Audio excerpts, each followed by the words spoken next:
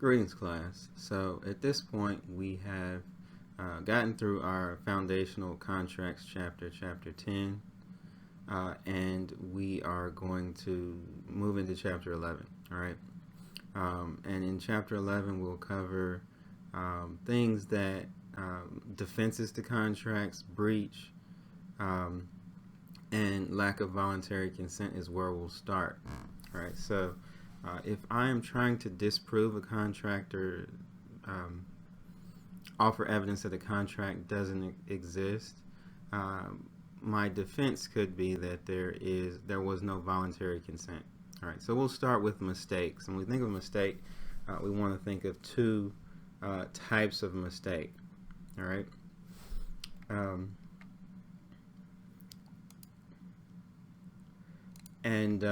We'll start here with a mistake of value or quality.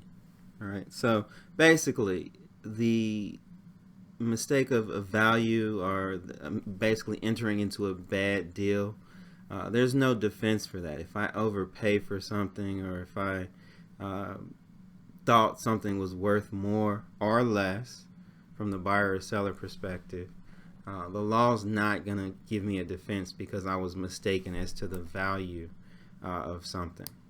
All right. So if I mistakenly sell my car for substantially less than it's worth, that's just a bad business deal. But the law's not going to offer me a way out of that contract. All right. So when we're talking about mistake, we're going to spend most of our time with mistake of fact.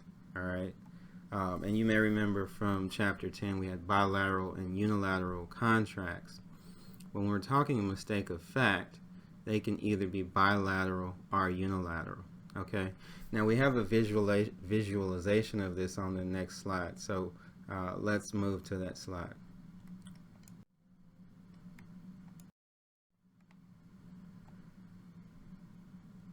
Okay. So here, when we determine that it's a mistake of fact, this is something that goes to the core of the contractual agreement. And I've got a few examples coming up in the slides to follow, all right, so that we can be sure we understand the difference between mistake of fact and mistake of value, all right. But once we've determined that there's a mistake of fact, it can either be bilateral, which means both parties have made the same mistake. And from a legal standpoint, the contract can be canceled relatively easily, right? These are the types of contract cases that would never make it to court, all right? They would be dealt with typically in the pleadings or in the complaint and answer, all right? When there's a bilateral mistake, either party can rescind, which is a big word for cancel the contract, all right? Now, kind of where the action is the unilateral mistake. That means only one party has made a mistake. And so when that happens, the general rule, the default rule, is that you have an enforceable contract, all right? Unless one of two situations is present. One party knew or should have known that a mistake was made, i.e., the law will not allow you to take advantage of someone else's mistake if you are aware, right? So the non-mistaken party cannot take advantage of the mistake of another, all right? And then the other circumstance is that the contract's going to be enforceable unless there was just a mathematical error, say in a table or a chart that doesn't properly add up in a contract.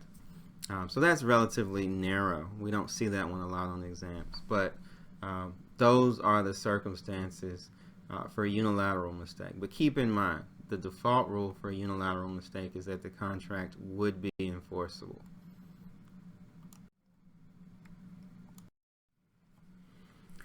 All right. Still in the vein of voluntary consent, we're going to talk about fraudulent misrepresentation. All right. So misrepresentation, i.e. a lie, of a material fact. Typically, this would be done by the seller of goods. So a misrepresentation, a statement of fact with an intent to deceive. All right.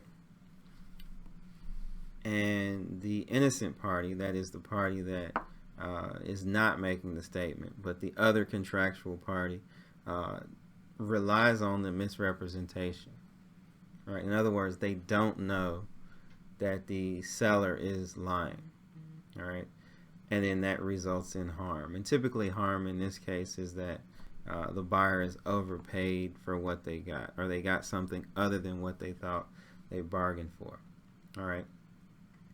So let's take a look at an example.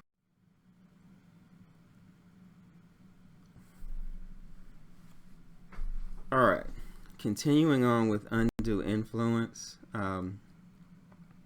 So undue influence is the idea that one party has pressured another into signing a contract. All right. And in this case, when there is clear and convincing evidence that the party was not acting of their own free will, then the contract could be set aside. Now, clear and convincing is new language for us. And in most civil cases, the burden of proof is preponderance of the evidence. So clear and convincing is a higher burden of proof. It's a difficult standard to meet. So suffice to say that in cases of undue influence, they're not easy cases for the party who felt they were pressured into signing the contract to win. All right, I've got a few examples that we'll use to illustrate this and momentarily. We'll also talk about duress. And you've seen duress in movies or TV. The classic example is someone signs a contract at gunpoint. Sign the contract or I'll blow your head off. All right. That's an example of duress. And in those circumstances, the contract would never hold up, because if you sign a contract under threat, consent will always be lacking. All right.